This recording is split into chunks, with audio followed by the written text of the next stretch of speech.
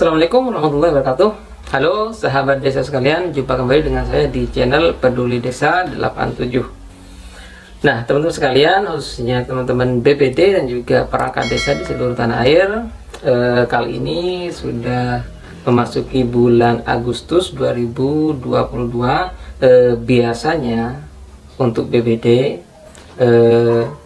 bulan ini RKP itu sudah dibahas atau sudah selesai. Nah, tapi saya tidak akan membahas tentang masalah RKP di sini. Nah, saya ingin menginformasikan tentang arah kebijakan Kementerian Desa atau Menteri PDTT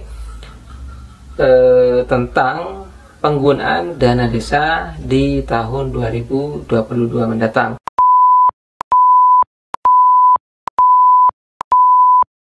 Kira-kira untuk apa saja arah kebijakan Kementerian Desa mengenai penggunaan dana desa.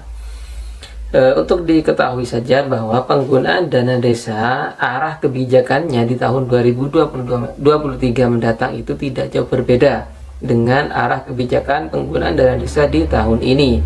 Karena penggunaan dana desa di tahun 2023 itu sifatnya hanya pengembangan saja dari penggunaan dana desa di tahun ini, tahun 2022 ini.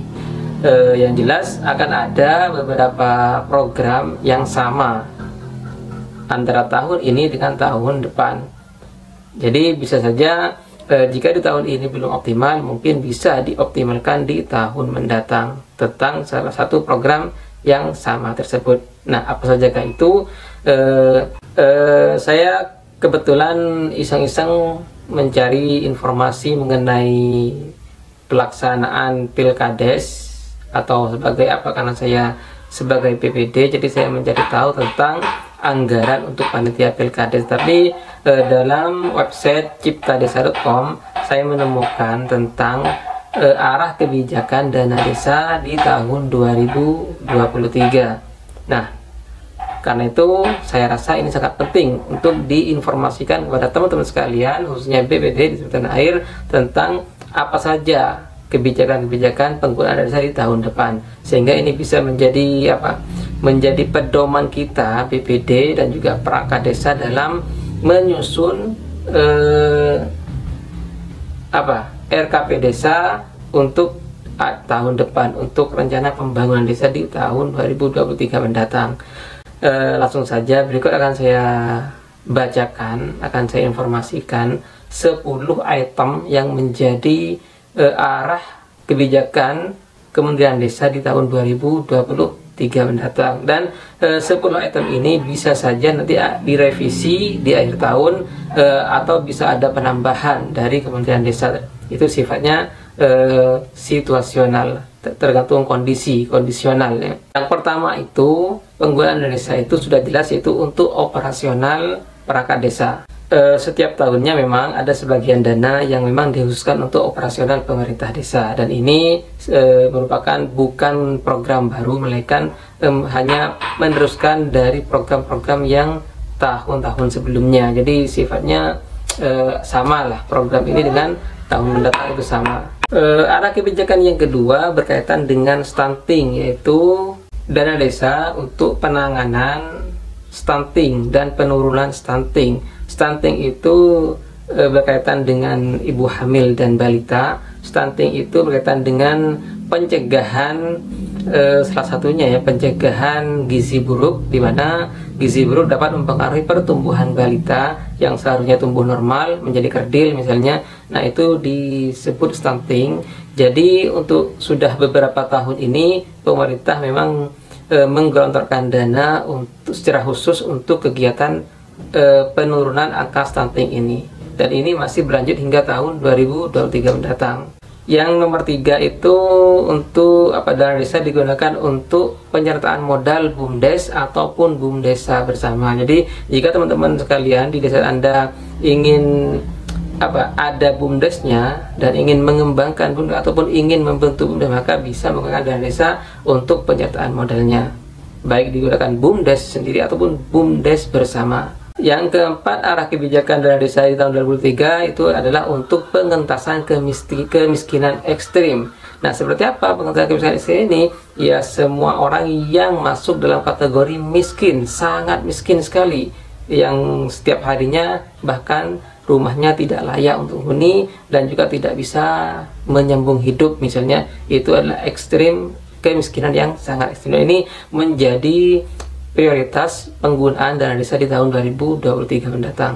Yang kelima, dana desa juga bisa digunakan untuk desa wisata. Jadi bila teman-teman sudah membuat desa wisata saat ini dan ingin mengembangkannya lagi, maka di tahun 2023 mendatang itu ada program dari kebijakan dana desa ini. Jadi bisa dikembangkan lagi tentang desa wisata ini.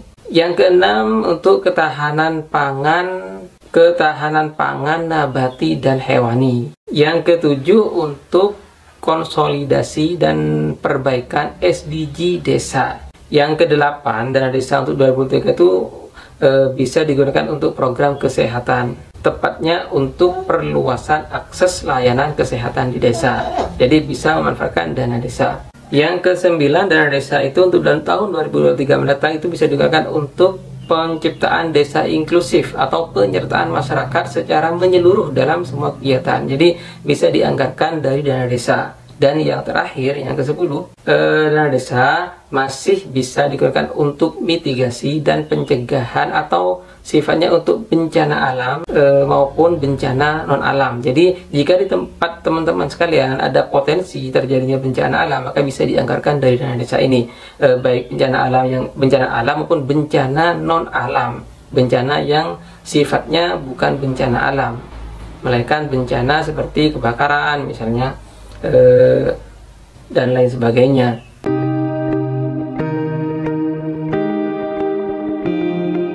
Nah, itulah sahabat desa sekalian 10 arah kebijakan dana desa dari Kementerian Desa di tahun 2023 mendatang. Jadi intinya 10 kebijakan ini itu meneruskan sifatnya menyempurnakan dari penggunaan dana desa di tahun 2022 sekarang ini. Nah, itulah yang bisa saya share pada teman-teman sekalian BPD dan juga perangkat desa. Semoga informasi ini bermanfaat dan semoga dapat menjadi pedoman bagi sahabat desa sekalian dan juga teman-teman BPD di sekitar air dalam menyusun RKP desa atau program atau rencana program yang akan dikerjakan untuk tahun 2023 mendatang. Semoga bermanfaat. Wassalamualaikum warahmatullahi wabarakatuh. Salam desa.